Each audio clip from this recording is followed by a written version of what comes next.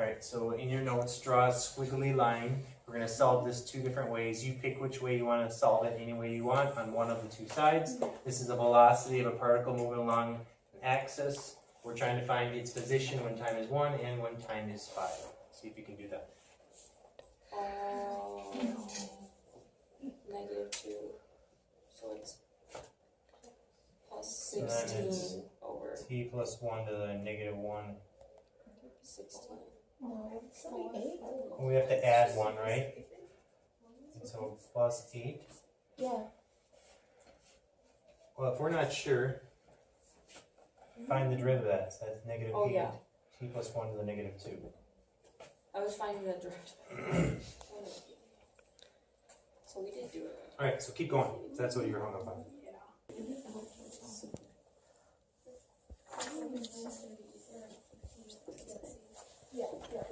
What's after that? Then I'm gonna t equals 1. Yeah. We'll go meters, I guess.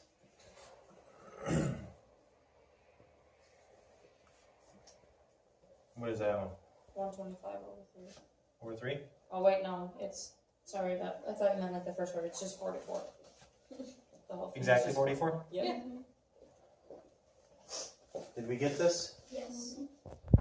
Everybody understands? Yeah.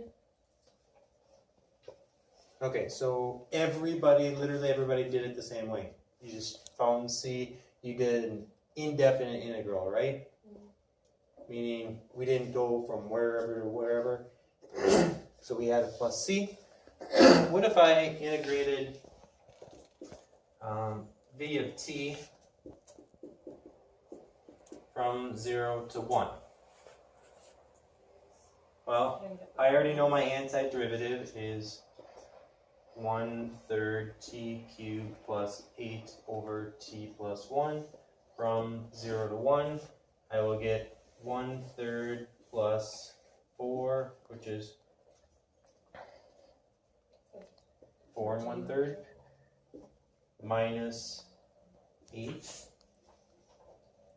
So 4, 12, 13 thirds minus 24 thirds gives me negative 11 thirds. What did I just do?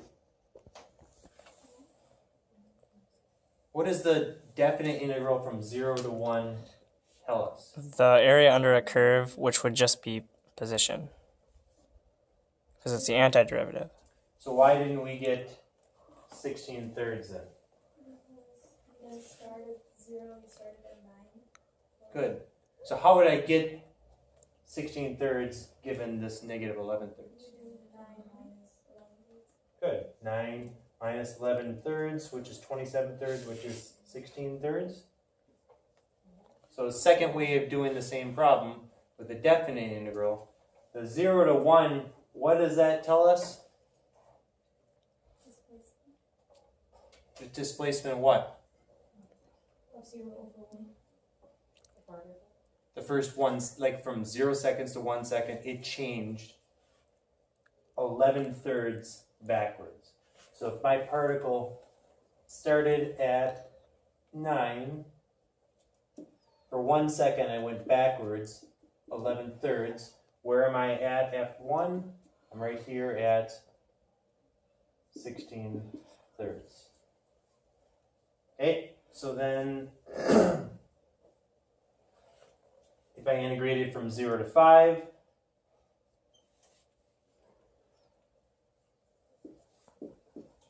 we would get, let's see, 125 thirds plus 8 6/4 thirds minus 8. So 129 thirds minus 24 thirds gives me 105 thirds. That's 35. 9 plus. Does that make sense? Because we started at 9 and we are now at 44. Okay, so two ways of doing the same problem. If it were me, I would do the way you did. Okay, but you have to understand AP exam questions will ask you, what does this give you? And you need to know what that is. Okay? It's the change in position from 0 to 1. Okay? This is the change in position from time equals 0 to time equals 5. So what if I asked you, what is the total distance the first 5 seconds? You just add 9. Is that a different question? Total distance? Oh, yeah. Because you'd have to use what's below a curve, you would make positive. Exactly. All area was positive then. So let's see if we can, if I asked you this, and this was a calculator part of the exam, see if you can do that. Using your calculator, find the total distance the first 5 seconds. Do we know how to do that? What's the easiest way? Don't you just do absolute value? Yeah, absolute value. So literally integrate absolute value of that stuff, and then you don't have to know whether how many times it crosses the x-axis, and just go from 0 to 5. See what you get. 40 miles per hour for 6 hours. How far have you traveled? It was right about 1 40 times 6. 240. I'm going 60 miles. This is not a trick question. 240 miles. So we get 240 miles, right? Yes. We can handle that? Yeah. This is not on the AP exam, sorry. No. It's on the ACT work keys, so Oh, it is. so it's Oh, literally Yeah. if you go to a concession stand and buy $3.25 worth of like food and you pay with a $10 bill, what's your change? Like, not kidding you. I'm not joking. I'm ready for work. Alright, so if I go 40 miles per hour for 30 seconds. 8 seconds, how You'd be far going have I traveled? a fraction of a mile. You might You want go to convert. 320 mile per hour seconds. Well, I mean, you're right, technically. Right? We never use this as a unit of distance, but technically, if you're in a bizarre world, you could use that as a distance. We know that it is distance because you have a rate times a time, just like I have miles per hour times hours. Those will cross off and get you miles. Nothing crosses off. Okay, so the only reason I'm telling you is I think there's 1 or 2 problems in your assignment where you're certain you did everything right, but they had their work in mile per hour seconds. So just be aware of that. It's not a huge thing. What is this book? I don't know why you would ever have anything. So it'd make more sense to change the 8 seconds to hours and then you have the miles, right? Right. Alright, only other thing, force is equal to kx, or x is a distance.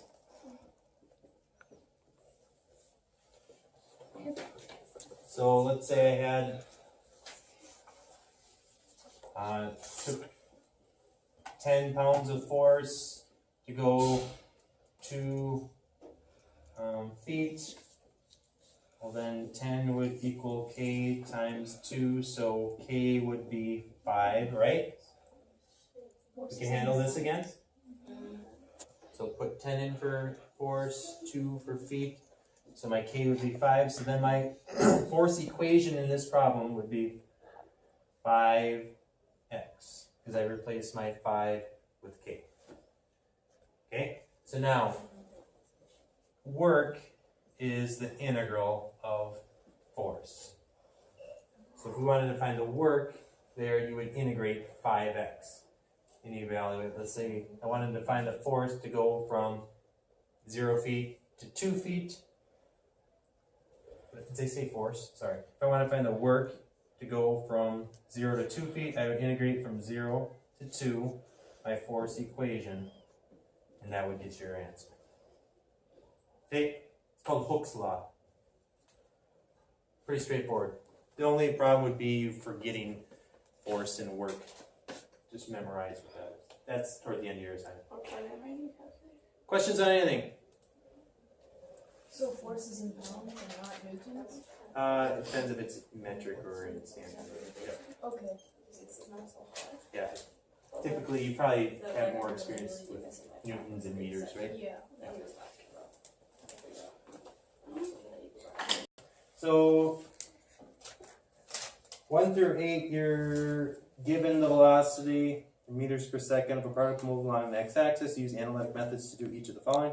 A, determine when the particle is moving to the right, to the left.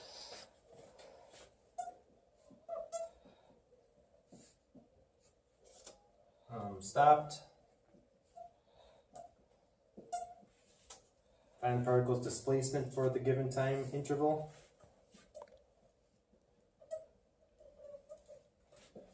And the total distance.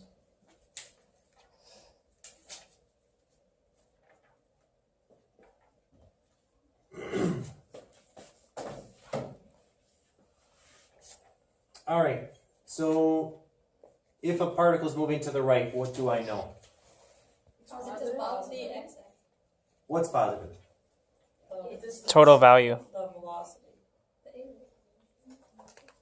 No, velocity can be. So is that true? If the velocity is positive, it's moving to the right?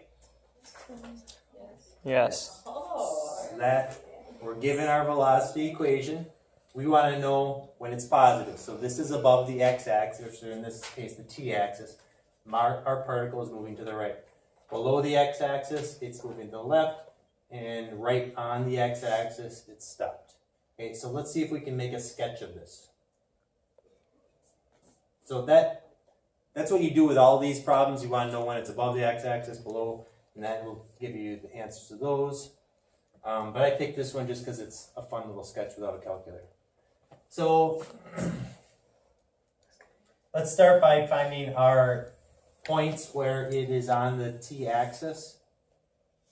So set those equal to 0 and solve.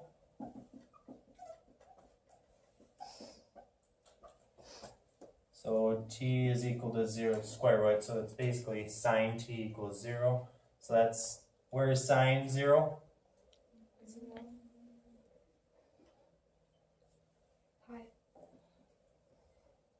And 2 pi. All right.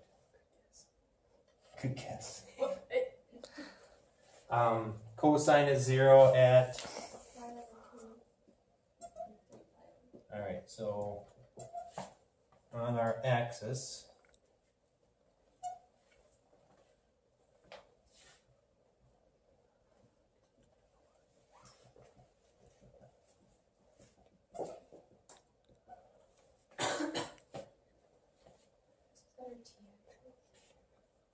that's a t-axis. We know that, and it's 0. So we're gonna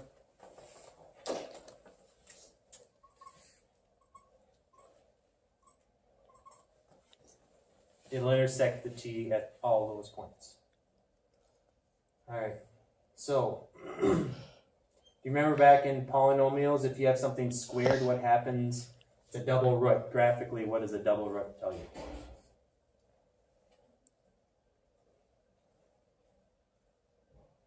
It's an algebra 2 question. If you have a double root, Parabola. like if you have y equals x squared times x plus 3, what's going to happen at 0 here? It's okay if we don't remember. It's gonna be 0. It's going to bounce off. Remember, a double root bounces off? What does that mean? Yeah. What's a double root? Multiplicity 2. It's a double root, meaning it's something being squared. If it was cubed, it'd be a triple root. Do you remember triple roots? No. Not if you don't remember double roots. So if I had y equals x cubed, that is a triple root. What happens at 0, 0? It does the little what up as it goes through. That's a triple root. It's called an inflection point. We now know what an inflection point is at 0, 0. So the double root's going to bounce off. A single root's going to go through the axis. Triple root's going to do an inflection either like that or like that as it goes. Okay, so I have, when sine is being squared, those are double roots at 0, pi, and 2 pi. So it's either going to bounce off from above or below at 0, pi, and 2 pi. So let's start by at least figuring out whether it starts above or below the x-axis. So let's plug in pi over 4 to see if we're above or below. So that's going to be a positive number squared positive. positive. So does everybody see that if I plug in pi over 4, I'm going to have a positive answer? Yeah. Let's not do the work to figure out just positive. So we're bouncing off at 0. Then at pi over 2, it goes through. It's going to bounce off at pi, go through at 3 pi over 2, and then bounce off at 2 pi.